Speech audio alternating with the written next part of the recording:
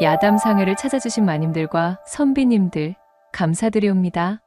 야담상회와 함께 즐거운 시간 보내시길 희망해 봅니다. 첫 번째 이야기 시작하겠습니다. 해 뜨기 전 짙푸른 새벽 안개가 자욱하게 들이운 산골 마을. 달구름 소리가 고요를 깨뜨리지만 마을은 여전히 잠들어 있었답니다. 그 조용한 정적 가운데 오직 한 청년만이 깨어 냇가에 앉아 있었어요. 그의 이름은 청수. 누군지도 모르는 부모에게 버려진 고아로 어렵게 자라온 그였지만 부단히 어려움을 딛고 일어나 빈손으로 시작하여 비를 피할 지붕이 있는 허름한 초가삼간이나마 하나 가지고 있는 것이 더없이 자랑스러웠던 청년이었습니다. 이 청수에게는 세상 누구도 따라올 수 없던 특별한 재능이 있었어요. 그것은 바로 그림 그리기였지요. 날품을 팔아 하루벌이 일을 끝내고 돌아오면 청수는 씻는 둥 마는 둥 허겁지겁 물을 뒤집어 쓰고는 곧바로 그림 도구들을 펼쳐 그림을 그리기 시작했지요. 그림을 그리는 붓을 쥔 손의 모든 것을 집중하고 있노라면 하루 종일 일하느라 몸에 쌓여있던 피로가 말끔히 날아가는 기분이었어요. 얼마나 사용했는지 털이 거의 빠져나간 낡은 붓 하나와 군데군데 깨진 벼루 하나를 옆에 둔 청수는 초가즈 마루짝에 앉아 분판에 대고 그림을 그렸습니다. 어제 저녁 산 너머에서 본 노루 한 쌍, 밤하늘을 수놓았던 반짝이는 별들, 마을 어귀에 홀로 서 있던 늙은 버드나무까지 청수의 손이 움직이는 대로 모든 사물과 동물들이 생생하게 분판 위에서 되살아났습니다. 분판 위를 모두 채워 새카맣게 변하면 물을 적신 헝겊으로 분판을 닦아내고는 다시 그림을 그렸지요. 당시에는 종이를 만드는 원료인 당나무를 절약하기 위한 방편으로 껍질을 벗긴 3대 등의 단섬유 5푼에 당나무와 같은 장섬유 1푼을 혼합하여 만든 마골지조차 귀하디 귀한 시절이었으니 청수의 넉넉하지 않은 형편으로 종이는 함부로 구할 수도 없었던 사치품이었어요. 그리하여 청수는 서당에서 공부를 하는 학동들의 모습을 어깨너머로 구경하다 거기서 차가 난 것에 꾀를 내어 고안한 것이 바로 이 분판이었습니다. 비록 부드럽게 그려지는 고급 붓과 종이는 없었지만 청수는 붓을 잡고 그림을 그리는 동안만큼은 세상 모든 시름을 잊고 행복했습니다. 홀로 된 외로움을 잊기 위해 시작한 그림은 청수의 유일한 친구이자 동료였지요. 그렇게 하루, 이틀, 붓을 놀리며 쌓은 시간이 도성의 성곽만큼이나 높아지니 어느덧 그의 그림 실력은 일취월장하여 지금에 이르러서는 마치 생명이 깃들어 있는 듯 했습니다. 그 실력이 어찌나 출중하던지 청수가 그린 그림 속 풍경이나 생물들을 보고 있노라면 바람에 흔들리는 나뭇잎의 사각거림, 노루의 촉촉한 눈망울, 심지어 버드나무 가지에 앉은 작은 새의 지저귀까지 들리는 듯 하였지요. 그렇게 한참이나 지난 세월들을 추억하며 냇가에 앉아 그림 산매경에 빠져있던 그때 청수의 눈에 강아지 한 마리가 들어왔습니다. 다리를 다친 모양인지 낑낑거리며 냇가를 이리저리 헤매는 모양새를 보아하니 다름 아닌 제 고을에서 골칫덩이로 여겨지던 떠돌이 개였습니다. 부엌이며 장독대며 이곳저곳 들쑤셔 엉망을 만들어 놓는 통에 고을 사람들은 정신사납다며 모두가 쌀이빗자루로 이 강아지를 쫓아내며 외면했지만 청수는 어쩐지 강아지의 처지가 지금의 자신과 닮아 있다는 생각이 들었어요. 외톨이 신세의 마음을 누구보다 잘 알고 있던 청수는 강아지가 몹시도 불쌍했습니다. 참으로 어쩜 이리 가여운 처지가 있을꼬. 잠시만 기다려보거라. 청수는 냇가에서 깨끗한 물을 길어 강아지에게 먹이고 나뭇가지와 넝쿨을 이용해 다친 다리에 부목을 대어 고정해 주었습니다. 그리고는 강아지가 편히 쉴 수 있도록 자신의 낡은 옷가지를 깔아주었지요. 배가 고플 강아지를 위해 집에서 싸온 자신의 아침거리를 나눠주니 강아지는 허겁지겁 정신없이 먹어치우기 시작했습니다. 그 모습을 본 청수가 한숨을 쉬며 말했어요. 많이도 굶주린 모양이로구나. 이것밖에 없어서 미안해. 오늘은 나도 먹을 것이 없네. 대신 다음에 만난다면 꼭 배불리 먹여줄게. 청수는 강아지의 머리를 쓰다듬으며 말했습니다. 강아지는 마치 그의 마음을 알아듣기라도 한 듯 고맙다는 표현을 하며 꼬리를 흔들었어요. 청수는 그런 강아지를 옆에 내려놓고 다시 분판 위에 그림을 그리기 시작했습니다. 그래, 이번에는 네가 나의 그림 소재가 되어주어야겠다. 청수는 활짝 웃으며 강아지의 건강한 모습을 그리기 시작했습니다. 네 발로 힘차게 뛰어노는 강아지의 모습을 그리며 청수의 얼굴엔 웃음꽃이 피었지요. 청수는 분판을 들어 제 그림을 강아지에게 보여주었습니다. 자, 너도 곧 이렇게 활기차게 뛰어놀 수 있을 정도로 금방 낫게 될 거야. 종이만 있으면 좀 더 활기찬 너의 모습을 그려볼 수 있을 텐데. 청수는 아쉬움에 한숨을 내쉬었어요. 그렇게 그림에 한참이나 빠져있던 사이 해는 하늘 높이 위로 올라 날이 밝았고 청수는 분판과 화구들을 주섬주섬 챙겼습니다. 자, 그럼 나중에 또 보자. 이제 나도 일을 하러 가야 하거든. 청수는 강아지에게 손을 흔들고는 몸을 일으켜 바지의 먼지를 툭툭 털어냈습니다. 불이 나게 집으로 돌아간 청수는 두 다리 가득 힘을 싣고는 고단한 날품으로 보낼 하루를 맞이할 준비를 끝냈어요. 이것은 다른 이야기로 사실 고을에서 청수의 재능을 알아봐 주는 사람은 아무도 없었답니다. 고을 사람들은 청수를 일명 화광장이라고 부르며 손가락질했지요. 그림에 미쳐있는 놈이라며 그의 그림을 돈벌이도 되지 않는 쓸모없는 짓이라 칭하고는 업신여겼습니다. 남들의 눈에는 조실부모한 외톨이에다 가진 것 하나 없는 청수가 팔자 좋게 그림이나 그리고 있는 행위는 사치스럽고 한심한 짓으로만 보였던 것이지요. 그러던 어느 날 청수는 버려진 집에 담벼락에 멋진 호랑이 그림을 그리고 있었습니다. 힘찬 분놀림으로 호랑이의 용맹스러운 모습이 생생하게 그려지고 있었지요. 그때 백서방이라는 심술궂은 장사꾼이 지나가다 청수의 그림을 보게 되었습니다. 허, 이 녀석 보게? 또 쓸데없는 짓거리를 하고 있구나. 이놈아, 담벼락에다 그림을 그려서 밥이 나오느냐? 아니면 돈이라도 나오느냐? 차라리 그 시간에 내 장사 나거들어 품삯이라도 받아가거라. 백서방의 호통에도 청수는 아무 대꾸도 하지 않고 그림에만 집중했습니다. 이놈아, 내 말이 아니 들리는 것이냐? 잘 들려요, 아저씨. 하지만 저는 그림을 그리는 일이 좋은 거려. 이런 정신 나간 놈을 보았나? 그림이 밥이나 먹여주느냐? 배고프면 그림이라도 뜯어 먹을 테냐? 그림은 제 마음을 표현하는 거예요. 아저씨는 이해 못 하시겠지만, 얼씨구, 하여간에 쥐뿔도 없는 놈들이 꼭 이렇게 헛바람만 들어가지고는. 백서방은 청수의 그림 위에 침을 퇴뱉고는 발로 흙을 뿌려 그림을 엉망으로 만들어 버렸습니다. 청수는 속이 잔뜩 상했지만 그렇다고 백서방에게 대들 용기가 없었습니다. 가끔 백서방이 던져주는 일감은 청수에게는 일용할 양식을 얻을 수 있는 기회였으니까요. 청수는 그저 망가진 그림을 바라보며 풀이 죽은 채 눈물을 글썽일 수밖에 없었어요. 또 다른 어느 날에는 청수가 마을 어귀에 있는 큰 은행나무 밑에서 새 그림을 그리고 있었습니다. 나뭇가지에 앉아 노래하는 작은 새들의 모습을 정교하게 그리고 있는데 천석군 최영감네 막내여 식인 효율이 나타나 청수의 그림을 보고 비웃는 것이었지요. 우와, 요것 봐라. 너 같은 거렁뱅이가 대관절 그림은 무슨? 아주 그냥 한량납셨네 납셨어. 어디, 내 그림 솜씨나 한번 볼 테냐? 효율은 청수의 손에서 붓을 획 빼앗아 분판 위에 그려놓은 그의 그림에 낙서를 하기 시작했습니다. 괴상한 모양의 그림을 그려놓고는 깔깔거리며 웃었지요. 청수는 붓을 돌려달라고 했지만 못된 심보를 가진 효율은 붓을 저 멀리 던져버리고는 유유히 사라져버렸습니다. 청수는 흙투성이가 된 붓을 주워들고는 하늘을 바라보며 한숨을 쉬었습니다. 저 고약한 기집애. 저건 꼭 저렇게 좋아한다는 티를 괴팍하게 낸다니깐.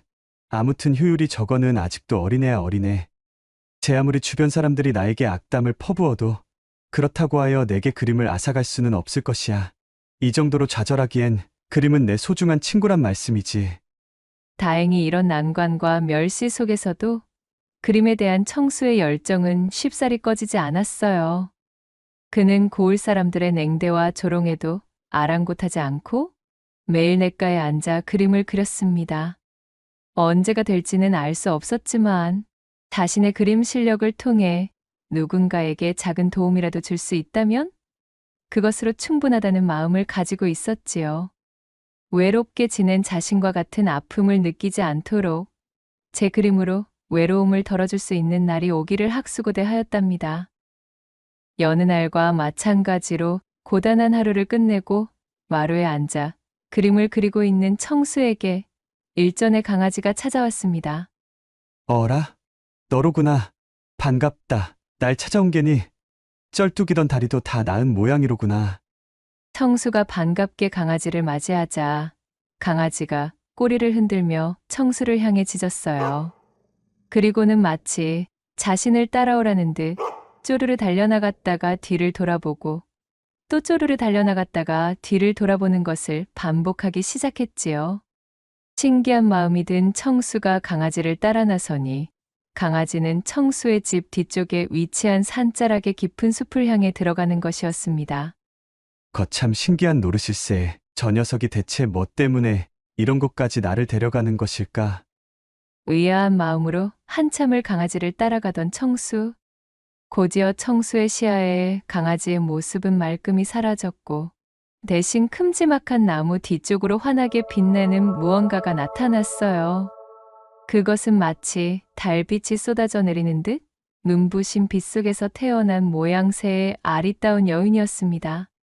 뭐야 대체. 이것이 무슨 일이냐?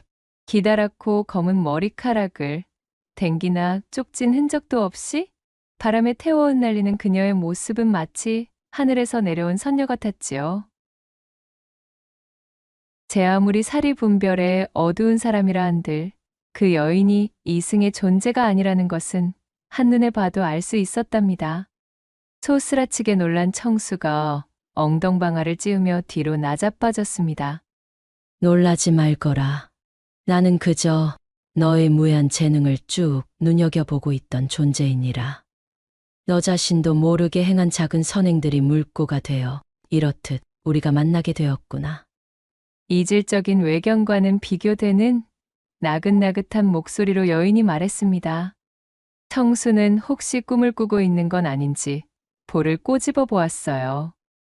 따끔한 통증이 느껴지고 있었으니 분명 꿈은 아니었지요. 누구십니까? 청수는 두려움과 호기심이 뒤섞인 눈으로 여인을 바라보며 물었고 여인은 온화한 미소를 지으며 청수에게 다가왔습니다. 그리고 손에 들고 있던 하얀 붓 한 자루와 부드러운 종이 두루마리를 건네는 것이었어요. 얼핏 보기에는 그저 평범해 보이는 붓에서는 은은한 빛이 흘러나오고 있었습니다. 자, 이것을 받거라. 이 붓은 이것을 쥔 자의 마음이 향하는 것을 그대로 그려낼 것이니라. 또한 네 종이는 이 붓으로 그림의 날개를 달아주는 역할을 하는 것이지. 청수는 떨리는 손으로 붓과 종이를 전해받으며 물었지요. 마음이 향하는 것이요? 그것이 대관절 어인 말씀이신지. 하지만 명심하거라. 커다란 힘에는 또한 커다란 책임이 따르는 법. 이 붓은 반드시 이 종이 안에서만 사용해야 할 것이야. 내가 건네준 종이 외의 장소의 붓을 사용한다면 반드시 그릇된 일이 벌어질 수 있단다. 그것이 어떠한 결과를 가져올지는 또한 이 붓을 놀리는 자의 마음에 달려있지. 물론 내가 이 붓을 너에게 건넨 이상 너 아닌 다른 자가 이 붓을 사용해 본들 아무런 효능도 없는 보통의 붓이겠지만 말이다. 너의 마음이 견딜 수 없고 흔들림이 심해진다면 그때는 이 붓을 포기하여도 좋다는 것을 기억하렴. 붓을 쥔 청수의 손에서 희미하게나마 신비한 기운이 느껴지고 있었어요. 여인이 제게 던진 말은 마치 선문답처럼 들렸기에 무슨 뜻인지 완전히 이해하지는 못했지만 왠지 모르게 청수의 가슴은 두근거리고 있었습니다. 그럼 부디 그것이 너에게 도움이 되기를. 청수에게 붓을 전한 여인은 의미심장한 미소를 남기고는 그렇게 호련히 사라졌습니다. 청수는 멍하니 붓을 쥔 채 여인이 사라진 방향을 한참 동안이나 바라보다가 이내 정신을 차리고는 집으로 돌아왔습니다. 집으로 돌아온 그는 떨리는 손으로 쥐고 있던 붓과 종이를 들어 보이며 깊은 고민을 시작했지요. 자신에게 일어난 일이 도무지 믿기지도 않았거니와 또한 신비로운 물건이라 한들 자신이 온전히 사용할 깜냥이 되는지도 의심스러웠으니까요. 그러다 청수의 배에서 꼬르륵 하며 잔뜩 허기가 져 있음을 알리는 구슬픈 가락이 튀어나왔고 이내 허기진 배를 틀어지며 빈쌀독을 바라보았지요. 믿져야 본전이라고 했었나. 그럼 어디 한번. 이판사판이다 싶어진 청수는 종이를 펼쳐놓고는 쌀 한 가마니를 쓱쓱 그리기 시작했습니다. 반쯤은 장난스럽게 시작한 일이었고 그저 값비싼 종이가 생겼음에 기쁜 마음으로 종이 위에 그림을 그리는 감각이 궁금하여 저지른 일이었지만 뒤이어 놀라운 일이 벌어지고 말았지요. 종이에 그린 쌀 가마니가 온데간데 없이 스르륵 사라지더니 이윽고 빈 쌀독이 금세 쌀로 가득 차는 것이 아니겠어요? 쌀독을 바라본 청수는 깜짝 놀라 독 안을 향해 손을 뻗어보았어요. 세상에, 그것은 손으로 만져지는 실제의 쌀이었습니다. 맙소사. 이게 도대체. 믿을 수 없는 일이 벌어진 것에 입을 다물지 못하던 청수는 그렇게 태어나서 처음으로 배불리 그것도 흰 쌀밥을 먹을 수가 있었답니다.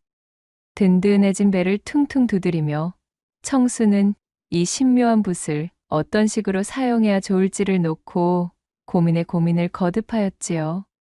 그리고는 마침내 그는 제 손에 굴러들어온 이 신통함을 이용해 오랫동안 염원해오던 일을 하기로 마음먹었습니다.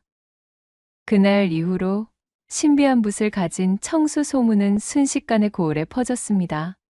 청수는 거의 1년이 가까운 시간 동안 붓과 그림을 이용해 가난한 이웃들에게 곡식을 나눠주고 병든 사람에겐 약초를 그려주었습니다.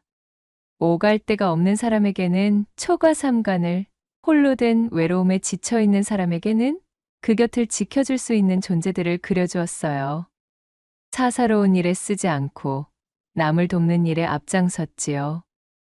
청수에게 도움을 받은 사람들은 하나같이 그를 칭송하기 시작했습니다. 화광장이라며 그를 손가락질하던 사람들도 청수를 무시하던 백서방도 이젠 지난날의 과오를 진심으로 뉘우치며 용서를 구했고 청수를 고을의 자랑으로 여겼지요. 그들 중에서는 제 눈에 청수만 보였다 하면 쪼르르 달려와 괴롭히던 말괄량이 효율 역시도 포함되어 있었습니다.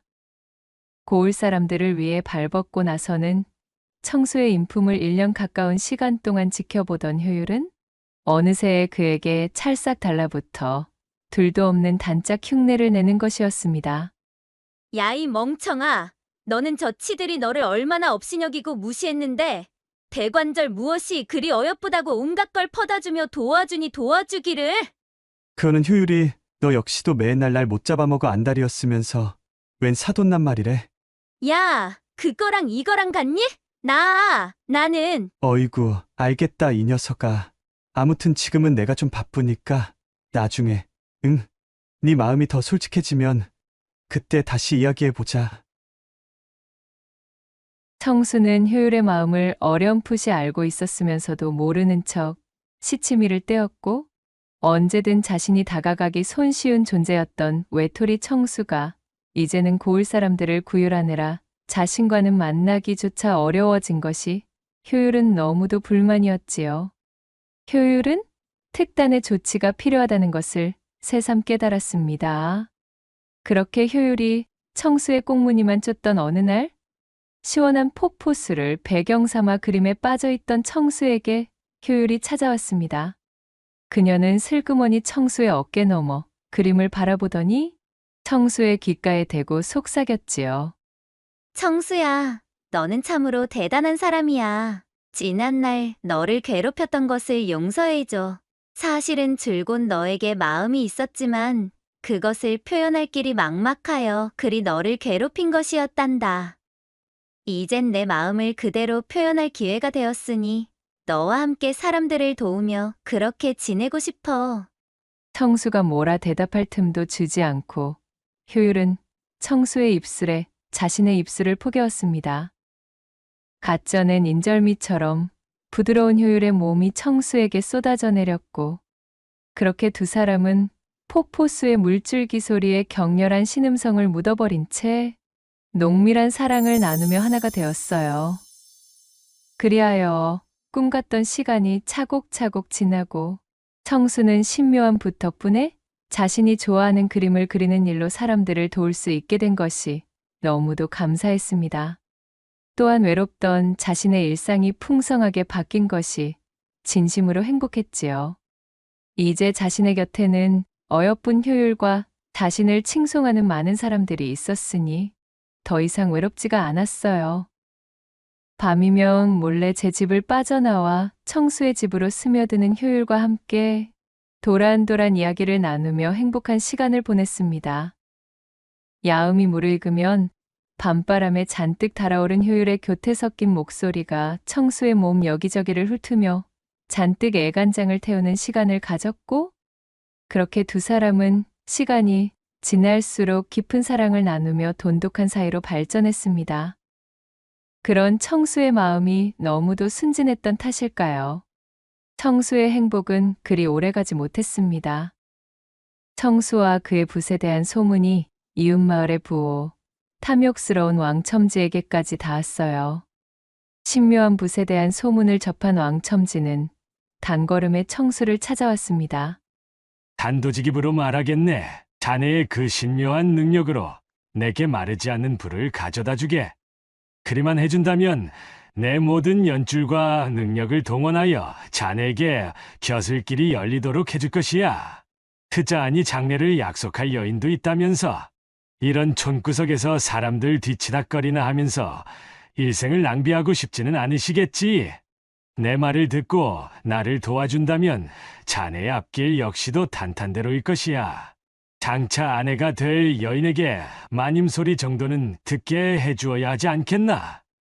하지만 왕첨지의 소문을 익히 들어 그의 인품을 알고 있던 청수는 단호히 거절했지요. 이 붓과 제 능력은 사람들을 돕기 위한 것이지 개인의 사리사욕을 채우기 위한 것이 아닙니다.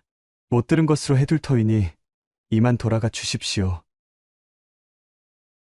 단호히 끊어내는 청수의 태도에 왕첨지는 비굴한 몸짓으로 그를 끝없이 설득했지만 도무지 청수는 들을 생각이 없어 보였습니다.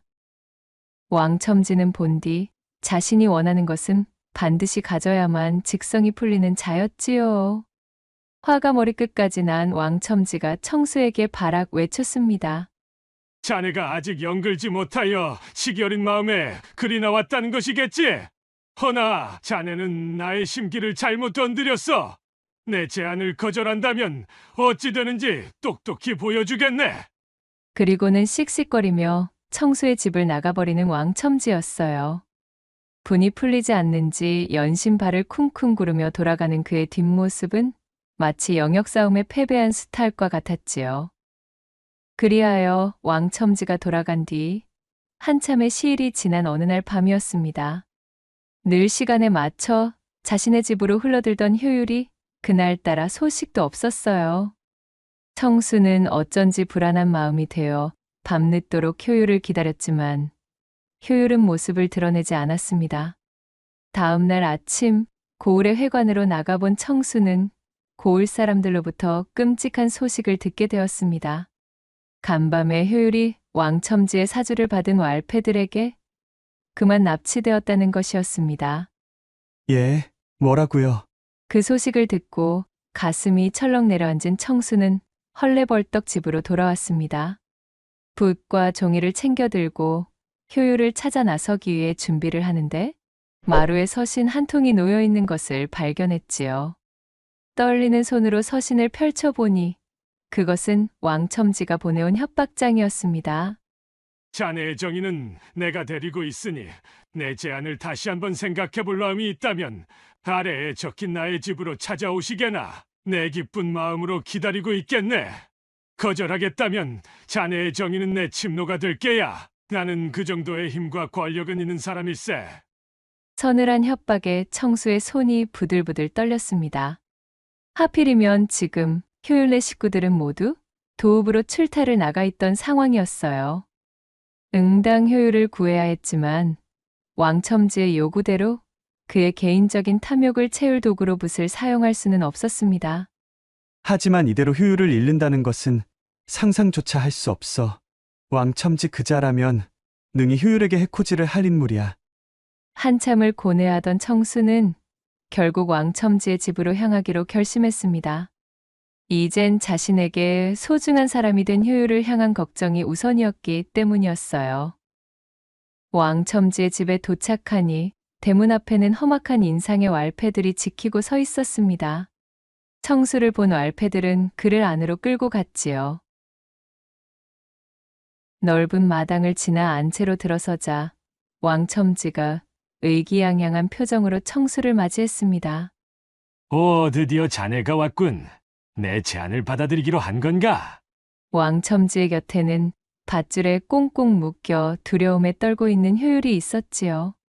왕첨지가 효율을 협박하듯 바라보자 효율은 눈물을 글썽이며 청수에게 고개를 저었습니다.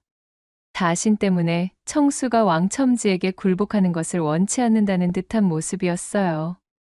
그 모습을 본 청수는 더 이상 망설일 수 없었습니다. 어르신이 시키는 대로 하겠으니 제발 여자를 해치지 마시오.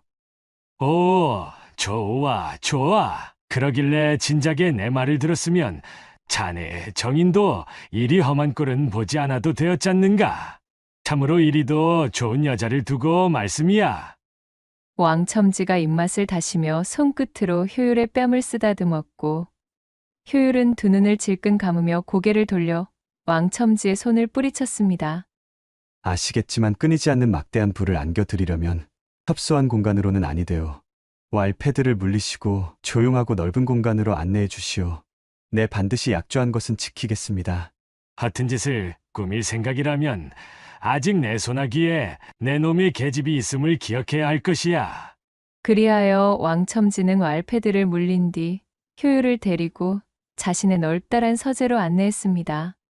자, 이곳이라면 마음껏 자네의 실력을 펼칠 수 있겠지. 왕첨지의 안내를 받은 청수는 자신의 짐보따리에서 붓과 종이를 꺼내 들었지요. 그렇게 꼼짝없이 종이 위에 붓을 놀리려던 찰나 청수는 자신에게 붓을 건네준 신비한 여인의 귀띔이 떠올랐습니다.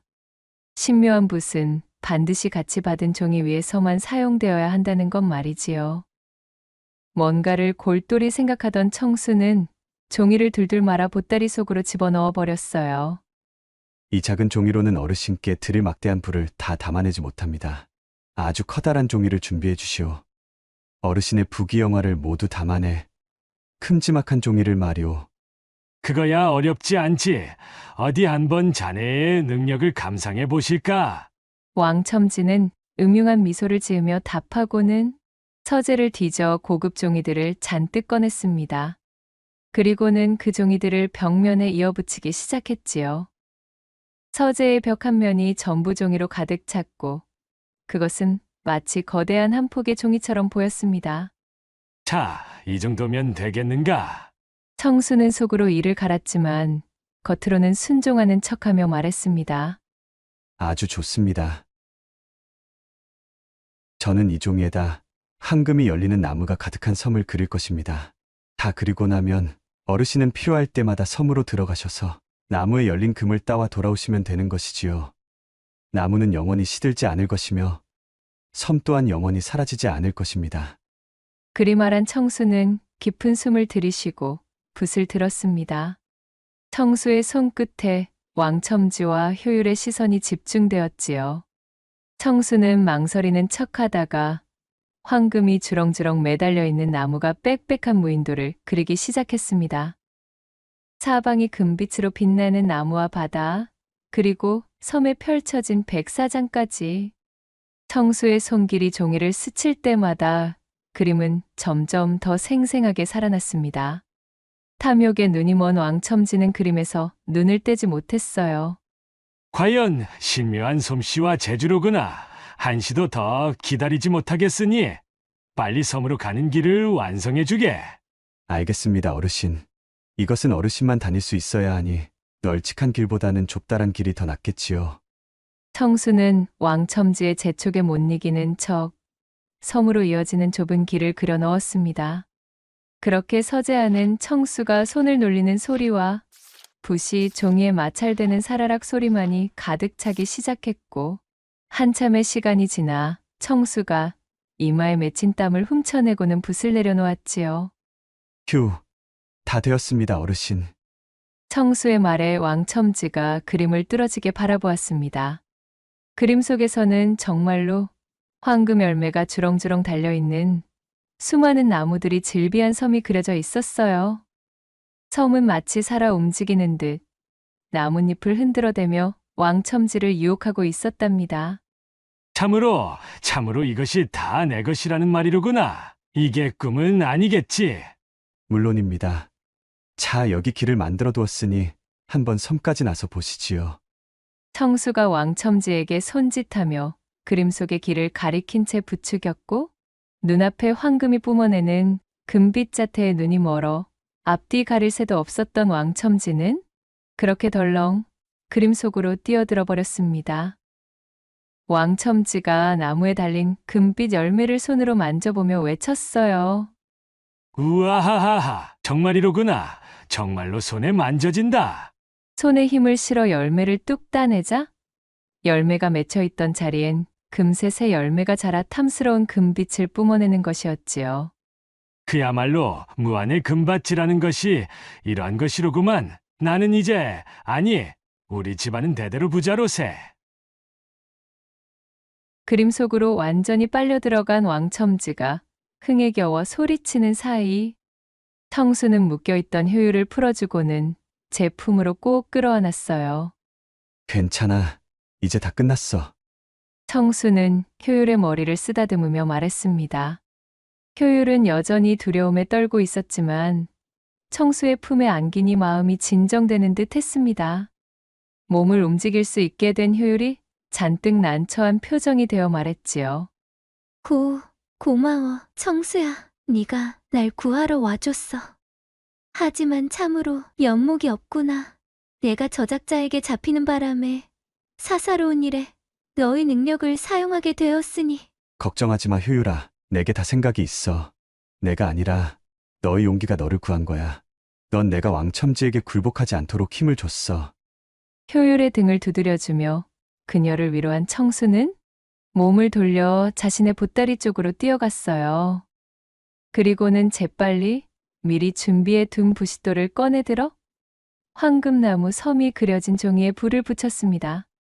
부싯돌에서 번진 불씨가 종이에 옮겨 붙었고, 이윽고 활활 타오르기 시작한 불길은 순식간에 그림을 집어 삼켰어요.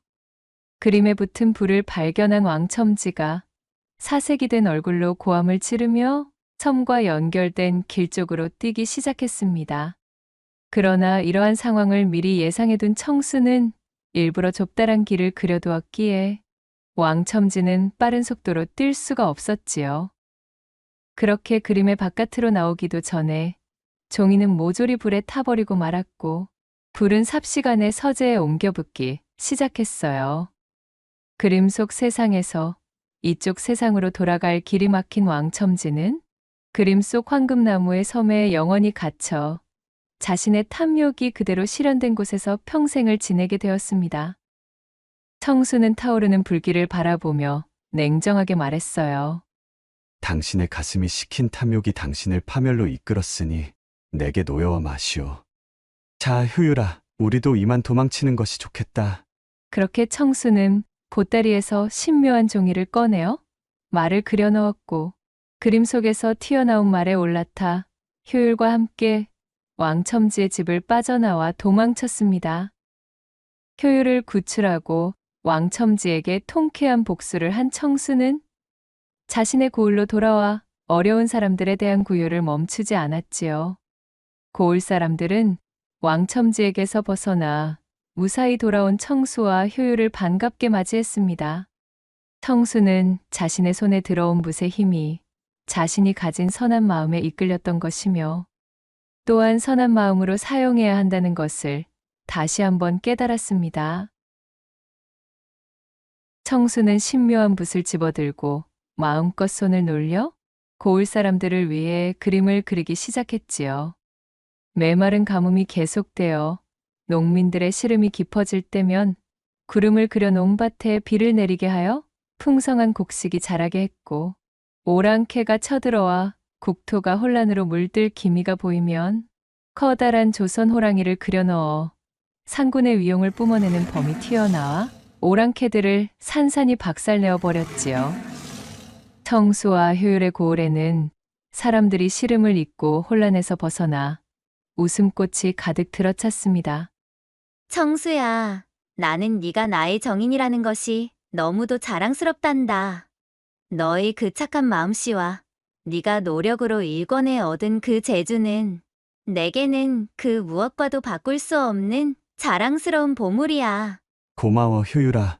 너 역시도 처음엔 그저 나를 괴롭히던 말괄량이었지만 이제는 외롭기만 하던 내게 버팀목이 되어준 정말이지 나에게 소중한 존재란다. 나와 혼인하여 앞으로도 우리 서로를 위하면서 그리 지내도록 허락해 주겠니? 효율은 눈물을 흘리며 청수의 손을 맞잡고는 고개를 끄덕였지요. 그녀의 두 뺨이 홍당무가 되었고 두 사람은 서로의 입술을 포개며 꼭 끌어안았습니다. 이후로 청수와 효율은 혼례를 올리고 합가하여 서로를 돌보았고 붓과 종이를 이용해 어려운 이웃에게 온정을 베풀며 그렇게 오랜 시간을 행복하게 지내며 고단한 세상의 한 줄기 귀감이 되었다는 후문이 전해지고 있사옵니다. 두 번째 이야기 시작합니다. 옛날 옛적 남원 땅의 한 고을에 묘분이라는 이름의 어여쁜 처녀가 살고 있었습니다. 이 묘분은 참으로 어느 누가 보아도 미인이라 칭할 정도로 그 아름다움이 비범하였으니 이리 보나 저리 보나 모두의 칭찬을 달고 살아야 정상이겠으나 그 행실과 성품이 미모의 발끝도 따라가지 못하는 여인이었습니다. 요분아, 너는 대체 어쩌자고 그리 사고를 치고 다니는 것이냐? 동네 사람들 보기 창피해서 내 고개를 들 수가 없구나.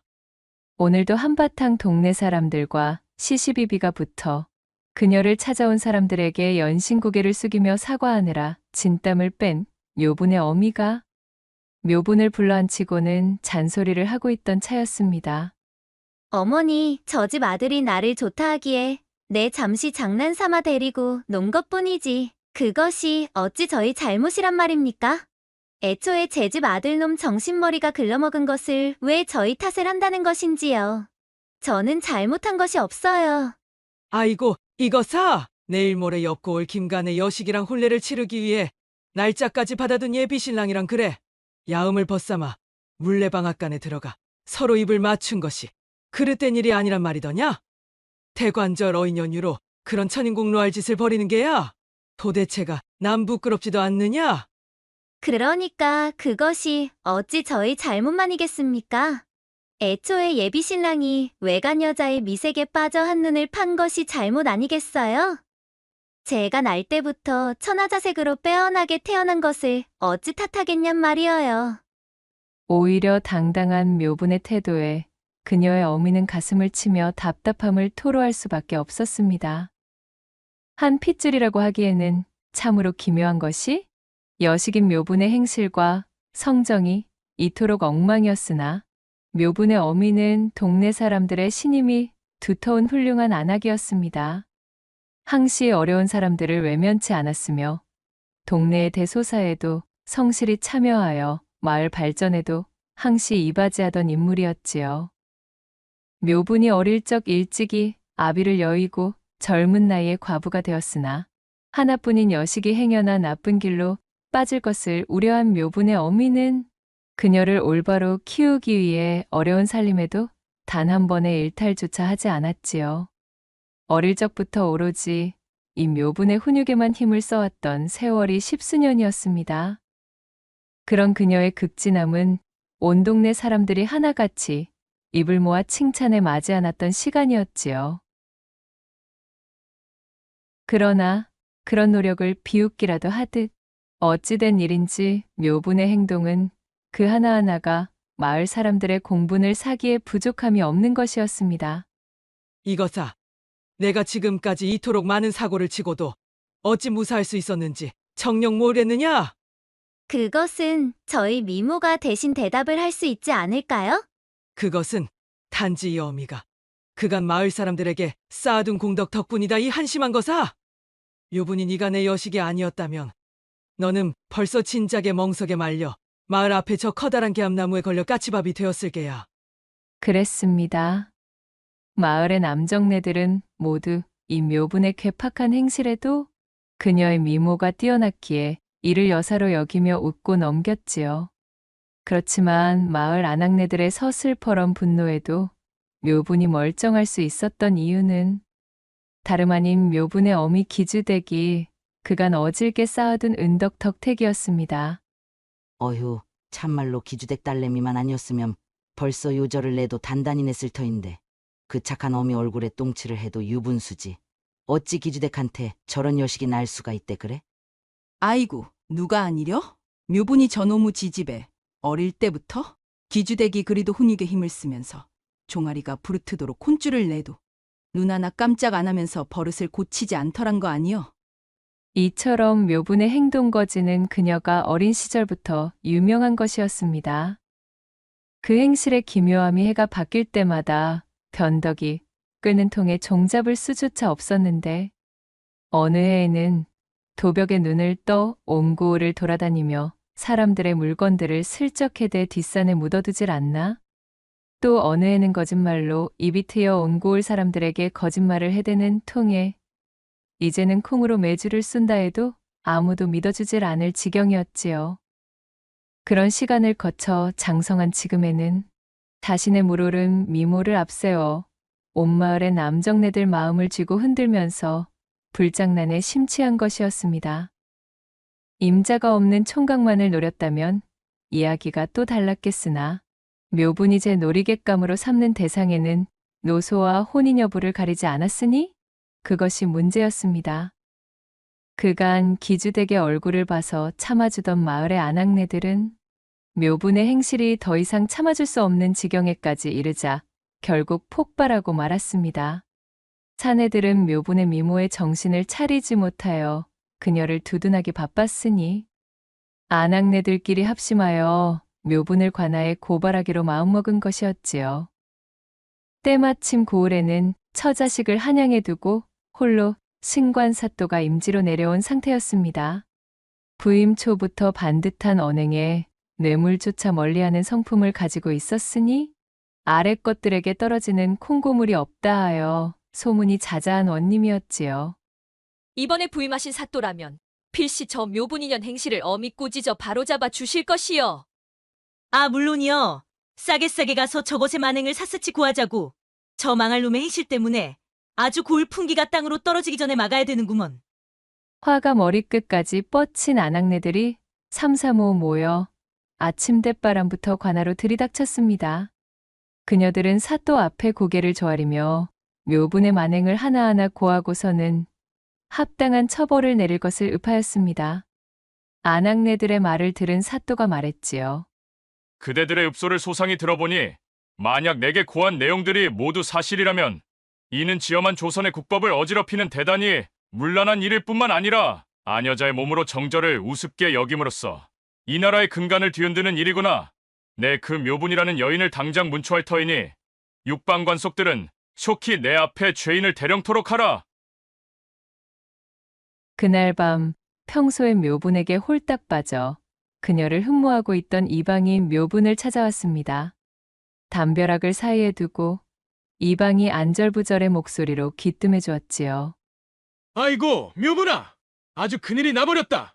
마을 여편네들이 오지게 작당을 하고 사또한테 너를 엄벌해달라 읍하는 바람에 우리 융통성이라고는 먹고 죽을 애도 없는 외골수 사또께서 너를 잡아 족치겠다고 육방관숙들한테 엄포를 해놓은 상황이란 말이여, 시방.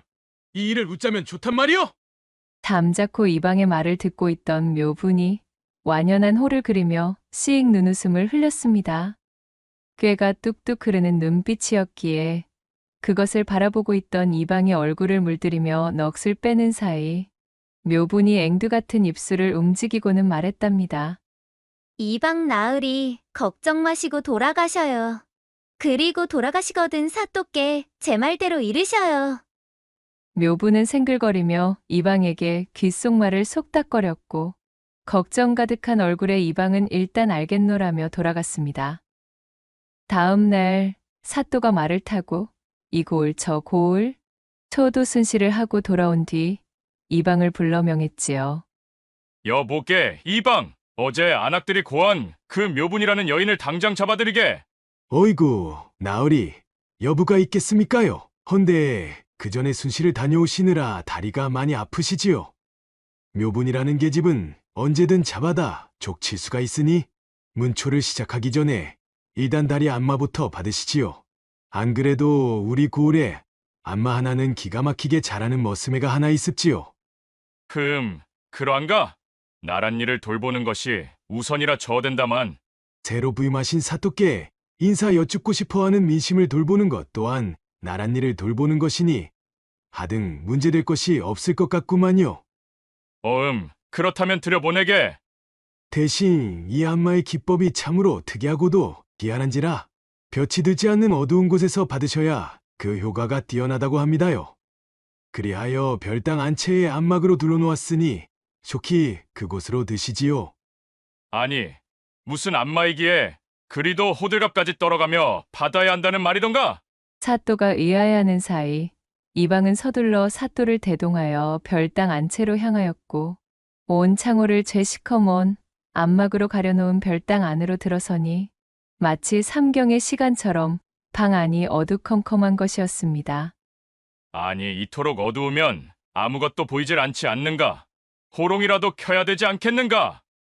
이방은 대답 대신 굽신거리며 방문을 닫고 자취를 감춰버렸고 어둠 속에서 사또가 헛기침을 하며 자리에 앉는 순간 여우털 번거지를 눌러 쓴 얄쌍한 소년이 두툼한 누비옷을 입은 채 문을 열고 들어왔습니다. 소년은 고개를 푹 숙인 채 비스듬히 누워있는 사또에게 큰 절을 올리고는 말없이 사또의 다리를 잡아 올린 뒤 안마를 하기 시작했습니다. 좋은 냄새로구나. 이것이 무엇이더냐? 예, 나으리 쑥을 넣고 끓인 따뜻한 물이옵니다. 따끈한 물이 가득 담긴 대야에 사또의 발을 담그고는 사또의 발가락을 하나하나 조물락조물락 씻어내던 소년이 대답했지요. 변성기가 지나지 않았느냐? 내 분명 이방에게 듣기로는 머스매라 들었거늘. 꼭 여식의 목소리 같은 것이 참으로 여리여리하구나. 그래, 올해 몇이더냐? 예, 나으리 올해 16되었습니다. 16이라. 그렇구만. 헌데 이 안막으로 방을 덮어놓으니 아무것도 보이지를 않는구나. 어찌 이리 어두운 곳에서 안마를 해야 하는 게인지 알려다오. 나으리, 그것은 조금 후면 자연히 알게 될 것입니다. 약효를 크게 하기 위함이니 잠시만 기다려 주시옵소서. 사또의 종아리를 알차게 주무르던 소년이 간곡하게 읍했습니다. 안마의 솜씨가 어찌나 부드럽고 훌륭한지 어두컴컴한 방 안에 누워 그 손길의 다리를 맡기고 있으니 사또는 잠이 쏟아질 것만 같았습니다. 바로 그때 사또의 솜 넣은 바지를 걷어 올려 무릎까지 주무르던 소년이 말했습니다.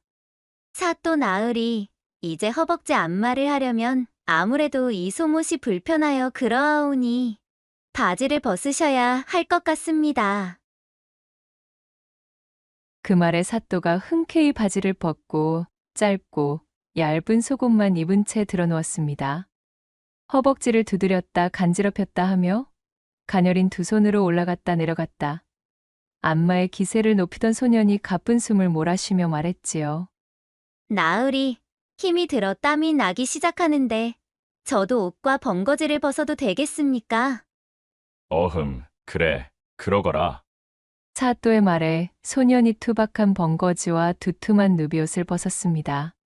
아니, 그런데 이것이 어찌된 일인가요? 암막을 뚫고 희미하게 들어오는 빛에 반사된 소년은 어째 소년의 몰골이 아니었습니다. 새하얀 속옷의 얼굴은 햇빛 한번 보지 않은 사람 마냥 그 자태가 그야말로 백옥이요. 도톰하게 무르익은 입술은 마치 새빨간 앵두를 닮은 것이 스쳐보아도 빼어난 미색으로 춘기를 풀풀 뿜어내는 아리따운 여인의 모양새였던 것입니다. 안마쟁이 소년의 정체는 바로 묘분이었지요.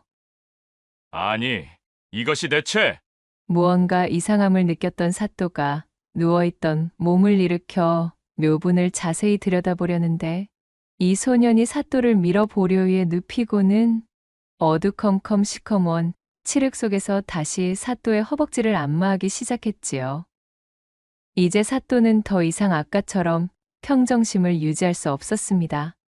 사또의 마음은 단단한 바윗돌처럼 우뚝해졌지요. 그것을 눈치챈 묘부는 바스락바스락 한참을 꼼지락대더니 그 길로 사또의 품에 찰싹 안겨왔습니다. 한평생 오입이라고는 꿈꿔본 역사조차 없던 목석처럼 가만히 눈을 감고 누워있는 조신한 부인의 한우물만 파던 사또가 단 한 번도 경험해 본 적 없는 놀라 자빠질 새로운 세계가 그렇게 열렸습니다.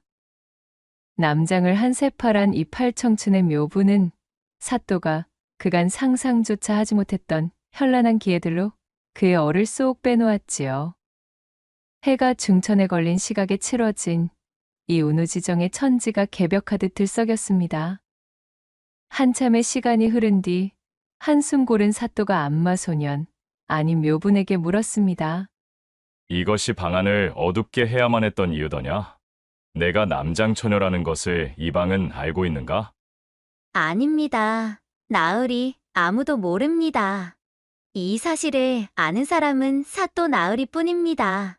또한 안마 외 이것을 행한 사람도 오직 사또 나으리 뿐입니다. 이는 사또를 향한 제 충심이자 진심이었으므로 오해는 마시옵소서.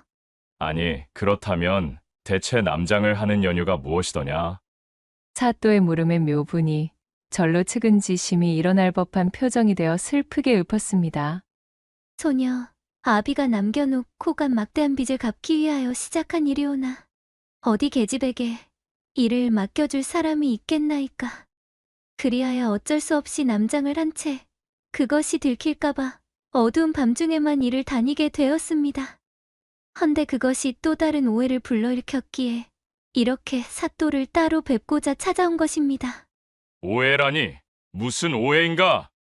밤만 되면 저 집 처녀의 자취가 사라진다 오인하여 마을의 아낙네들에게 남부끄러운 오해를 받게 되었지요.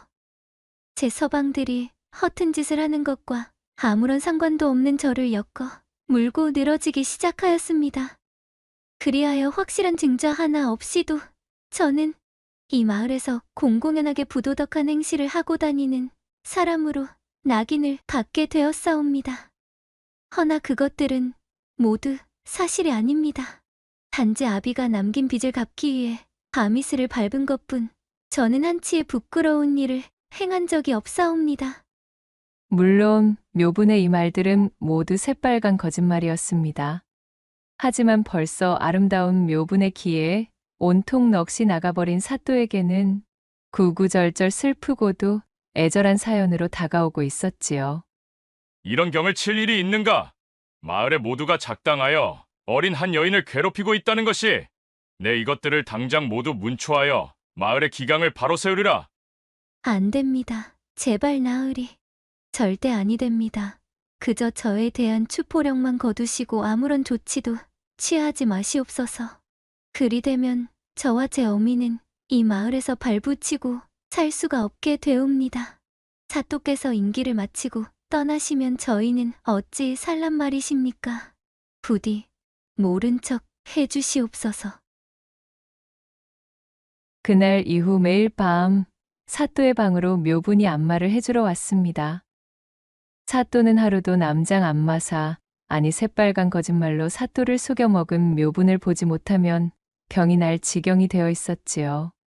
측은하고 불우하지만 그럼에도 힘을 내 일어서려는 소녀, 마을 모두의 핍박에도 굴하지 않는, 그럼에도 그들을 벌하지 말아달라 탄원하는 어질고 가여운 소녀. 이러한 심상을 사또에게 각인시킨 묘부는 사또에겐 없어서는 안 될 존재가 되었습니다. 네가 무엇을 하든 내가 이 임지에서 부임하는 동안은 결코 너를 처벌하는 일이 없을 것이니 안심하고 있거라.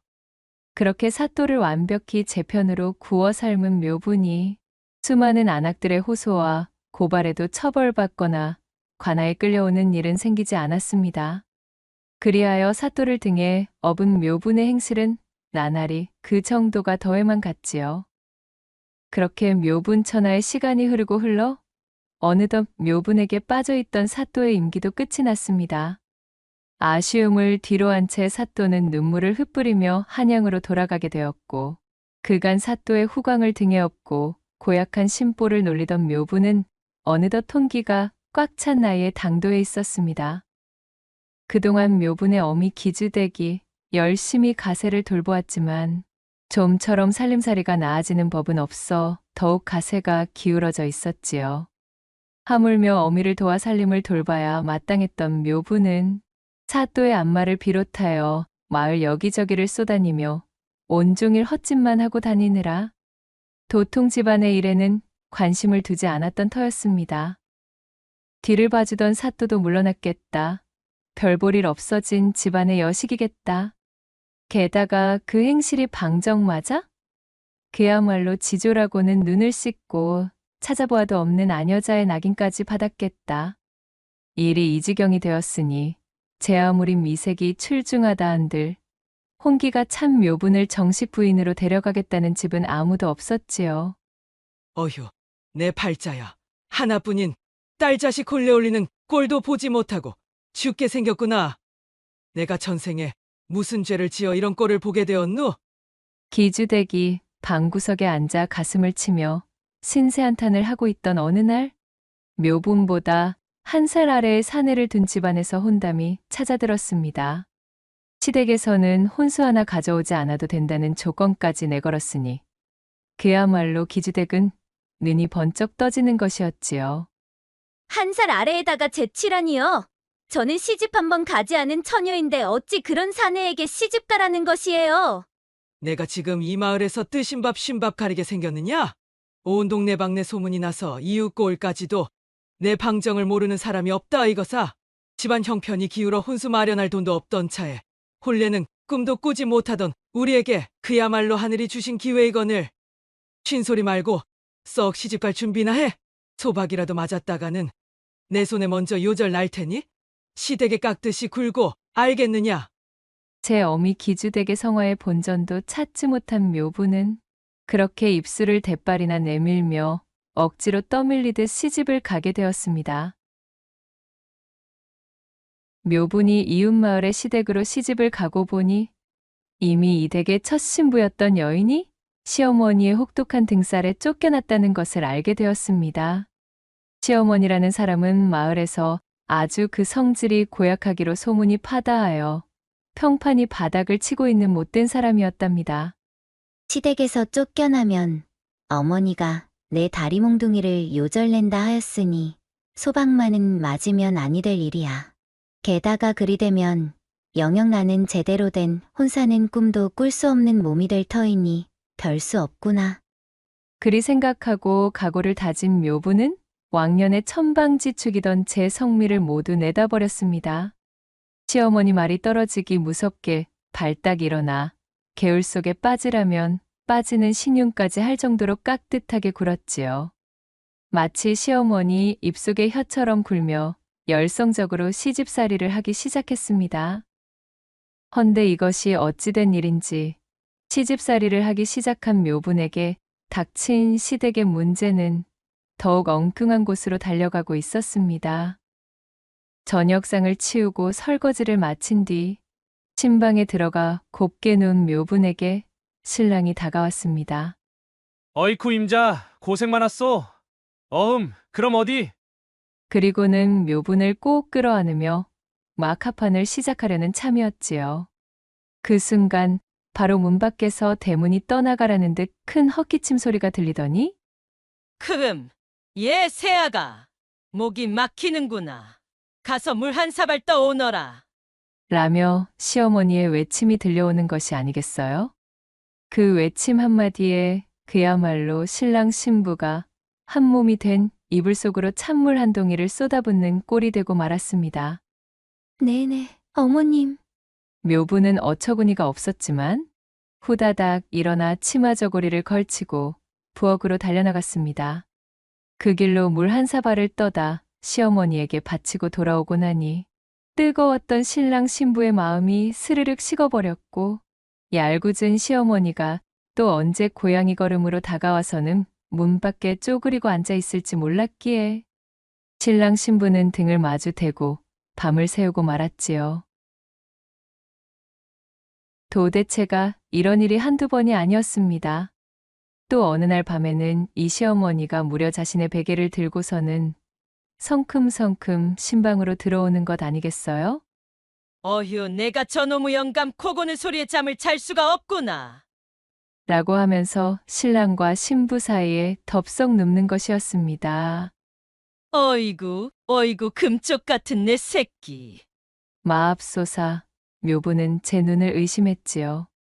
급기야 이 시어머니는 징그럽게도 신랑을 안고서는 잠을 청하는 것이었습니다. 아무리 품 안에 자식이기로서니 그래 다 큰 아들을 두고 이것이 대체 무슨 일인가요? 그뿐만이 아니었습니다. 어쩐 일로 며느리를 위해 준답시고 한약 12첩을 지어온 뒤 그것을 푹 꽈 다려주면서 하는 시어머니의 말이 가관이었습니다. 얘야, 보약을 먹을 때는 기운을 중히 여겨야 하기 때문에 절대로 합방을 하면 아니 된단다. 라는 말 같지도 않은 핑계와 함께 새색시인 묘분이를 문간방에 따로 재우고 시어머니가 신방에서 아들과 함께 잠드는 것이었습니다. 세상에나, 나이가 몇인데 아직도 아들을 저리도 끔찍이 제품 안에 갓난아이처럼 여기며 징그럽게 구는 게야? 참으로 아들 사랑이 유난인 어미의 이야기를 들어만 보았지. 그것이 미래의 내 시어미가 될 줄은 꿈에도 몰랐네. 묘부는 서늘하게 식어있는 문간방에서 어이가 없어진 얼굴로 중얼거렸지요. 그러던 어느 날이었습니다. 묘분이 우물가에서 온종일 빨래를 하고 돌아오는 길이었어요. 부엌에서 이어진 굴뚝이 기세 좋게 연기를 뿜고 있기에 묘분이 들어가 보니 세상에나 마상에나 가마솥에 물을 데워서는 홀랑 날것이 된 신랑을 시어미가 씻기고 있는 것이었습니다. 참으로 기가 막힐 일이 아닐 수가 없었던 묘부는 신랑의 첫 섹시가 곧다리 싸들고 제 발로 도망간 연유를 드디어 알 수가 있었지요. 하지만 왕년에 한가닥 거나하게 하던 이 당차고 강단 있는 묘분이는 첫 섹시와는 달라도 너무 다른 종자였습니다. 내 참으로 참다 도저히 못 참겠다. 이 꼬라지를 더 이상 두고 볼 수만은 없는 노릇이로구나. 세상 천지에 해도 저 나이를 처먹은 신랑을 그래. 제 아들놈이라고 손수 씻기다니 이는 도저히 참아줄 수 없는 유난이랍다. 덜 떨어진 신랑은 아예 믿을 바가 못 되었고 저 극성맞은 제 마누라에게 기 한번 펴지 못하고 쥐어 사는 시아버지도 기대할 수 있는 아군이 아니었어요. 천상 묘분 저 홀로 이 정신 나간 시어머니의 버릇을 고쳐놓아야만 하는 판에 직면한 것이었습니다. 그날 이후로 이 시어머니가 신방에 들어와 신랑과 신부 사이를 파고 들어오면 묘부는 군말 없이 자신의 베개를 집어들고는 그 길로 큰 한방에 냅다 들어가 버렸습니다. 그리고는 당당히 자신의 시아버지 옆에 벌러덩 누워버렸지요. 제 아들과 시시덕대다 새벽녘이 되어서야 안방에 돌아온 시어머니가 눈을 커다랗게 흡뜨고 어처구니가 없어 했습니다. 아니, 시상에 도대체 이런 일이. 얘야, 넌 대체 내 시아비 옆자리에서 이게 무슨 꼴싸나운 추태이냐. 시어머니가 일갈하며 성을 내자 묘분이는 빙그레 웃으며 대답했습니다. 어머나, 어머님. 세상에 이런 일은 이곳 말고 신방에서 있었던 것을 말씀하시는 것인가요? 대바라진 묘분의 말에 시부부는 말문이 막히고 기가 차는 것이었습니다. 바로 그날부터 묘부는 저녁상을 치우고 신방에 들어가면 문을 단단히 걸어 잠그고선 이불에서 솜을 떼어내 신랑의 귓구멍까지 틀어막았습니다. 그리고는 들으라는 듯 방구들이 꺼질세라 요란한 온우의 정을 나누었지요. 시어머니가 애타는 목소리로 문 밖에서 불러도 대답 따위 하지 않았습니다. 대답 대신 천지가 요동치는 거나 뇌성병력의 음성만을 내던져주자 시어머니의 얼굴이 보기 좋게 불그락푸르락 꽤나 볼만하게 변하는 것이었답니다. 또 다른 어느 날 묘분이가 빨래를 한 줌 해치우고 집으로 돌아왔습니다. 시어머니라는 작자가 또 부엌에서 아들을 목욕시켜주고 있었지요. 묘부는 당장에 뛰쳐들어가 목간통 물을 부엌 바닥에 쏟아붓고는 옆에 놓여있던 큼지막한 솥주걱으로 벌거벗은 신랑의 등을 찰지게 후려주었습니다. 신랑은 병든 닭마냥 꼼짝도 못하며 도망쳤고 묘부는 씩씩거리며 시어머니를 쏘아보더니 그날은 아예 저녁밥을 지을 생각조차 하지 않고 방 안에 들어가 버렸습니다. 시어머니가 노기가 뻗친 얼굴을 한 채 내 인연 당장 보따리 싸서 나가거라. 하며 서슬퍼렇게 소리치며 악다구니를 놓았지만 묘부는 콧방귀를 끼며 대꾸조차 하지 않았답니다. 호되게 무시당한 시어머니는 벌겋게 달아오른 얼굴이 되어 그날 이후로 동네방네 바깥으로 쏘다니며 며느리 욕을 해대었지요. 허나 그간 그녀에게 시달릴 대로 시달렸던 동네 사람들이 어디 호응을 해줄 리가요. 시어머니에게 돌아오는 반응은 그야말로 냉담하기만 했습니다. 어휴, 저런 저 화상 같은 못된 여편네. 그렇게 악다구니를 놓고 하나 쫓아냈으면 됐지. 그 생글거리면서 또랑또랑한 새며느리마저 또 쫓아내려고 저 야단이라니? 에잉, 쯧쯧. 지 아들만 품에 감싸고 살 여편네가 그래 누구 잡으려고 괜히 며느리는 또 들이고 법석이람? 저 승질머리의 여지껏 견디는 새며느리만 불쌍치. 본전도 못 찾은 시어머니는 풀이 죽어 집으로 돌아오기 일쑤였지요. 그렇게 하루가 가고 이틀이 가던 어느 저녁 시아버지가 묘분이를 불러내는 것이었습니다. 그녀가 사랑방으로 건너가니 탁배기를 한 장 걸쳐 거나하게 불쾌해진 시아버지가 껄껄 웃으며 말했지요. 그래, 새아가. 내 요즘 참으로 너의 덕분으로 내 가슴속 40년 묵은 체증이 씻은 듯이 내려가는구나. 저 독불장군 여편네가 너에게 아주 꼼짝을 하지 못하니 이 내가 요즘 그걸 보는 재미에 산단다. 옛다, 이거 바꿔라. 시아버지가 내민 것은 다름 아닌 집안의 곶간 열쇠 꾸러미였습니다. 어머? 아버님, 집안 살림을 저에게 맡겨주시는 것인가요? 아, 물론이다마다. 새아가 내 덕에 이 집안의 이치가 바로 서는데 내 당연히 너에게 살림을 맡기는 것이 지당한 법 아니겠느냐. 시아버지는 통쾌하게 웃으며 묘분의 등을 토닥여 주었지요. 묘분은 살쭉 웃으며 시아버지에게 큰절을 올리고는 아버님을 실망시켜 드리지 않겠노라 당당히 이야기를 해두었습니다. 이튿날 동이 트고 날이 밝자마자 시어미가 방문을 세차게 두드리며 소리를 질렀습니다. 예, 새아가 곶간 열쇠가 보이지를 않는구나.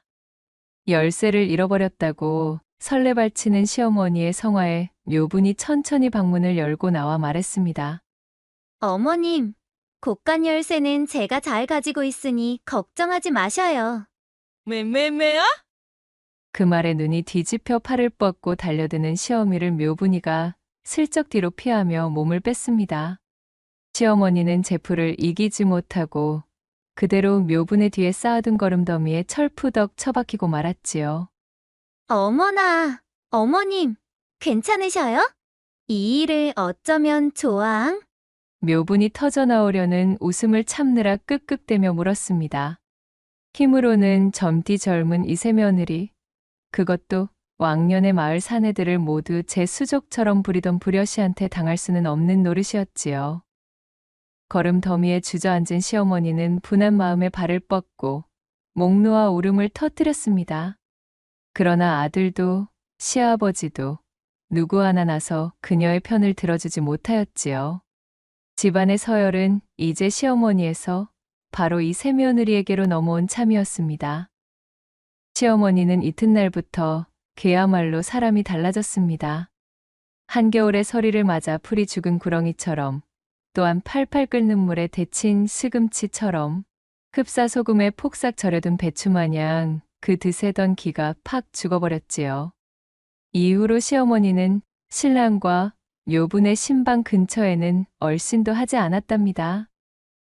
묘분은 자신의 승리를 달콤하게 만끽하며 이후로 집안의 살림을 알차게 꾸리기 시작했습니다.